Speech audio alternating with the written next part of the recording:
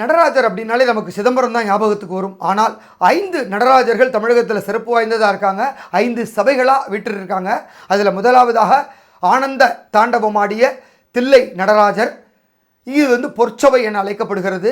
இரண்டாவதாக மதுரை மீனாட்சி அம்மன் ஆலயத்தில் எழுந்தருள் இருக்கக்கூடிய நடராஜர், இது வெள்ளி சபை என அழைக்கப்படுகிறது.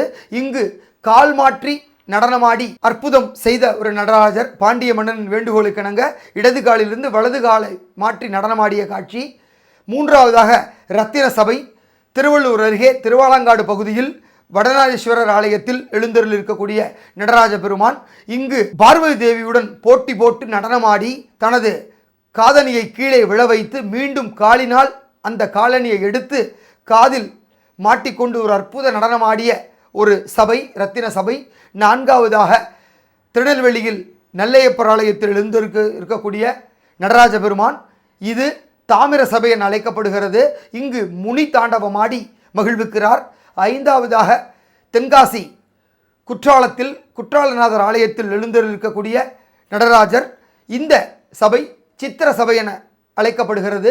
இங்கு சிலையாக இல்லாமல் பிரம்மாண்ட ஓவியமாக நடராஜ பெருமான் காட்சி கொடுக்கிறார். அதனால் இது சித்திர சபை என அழைக்கப்படுகிறது.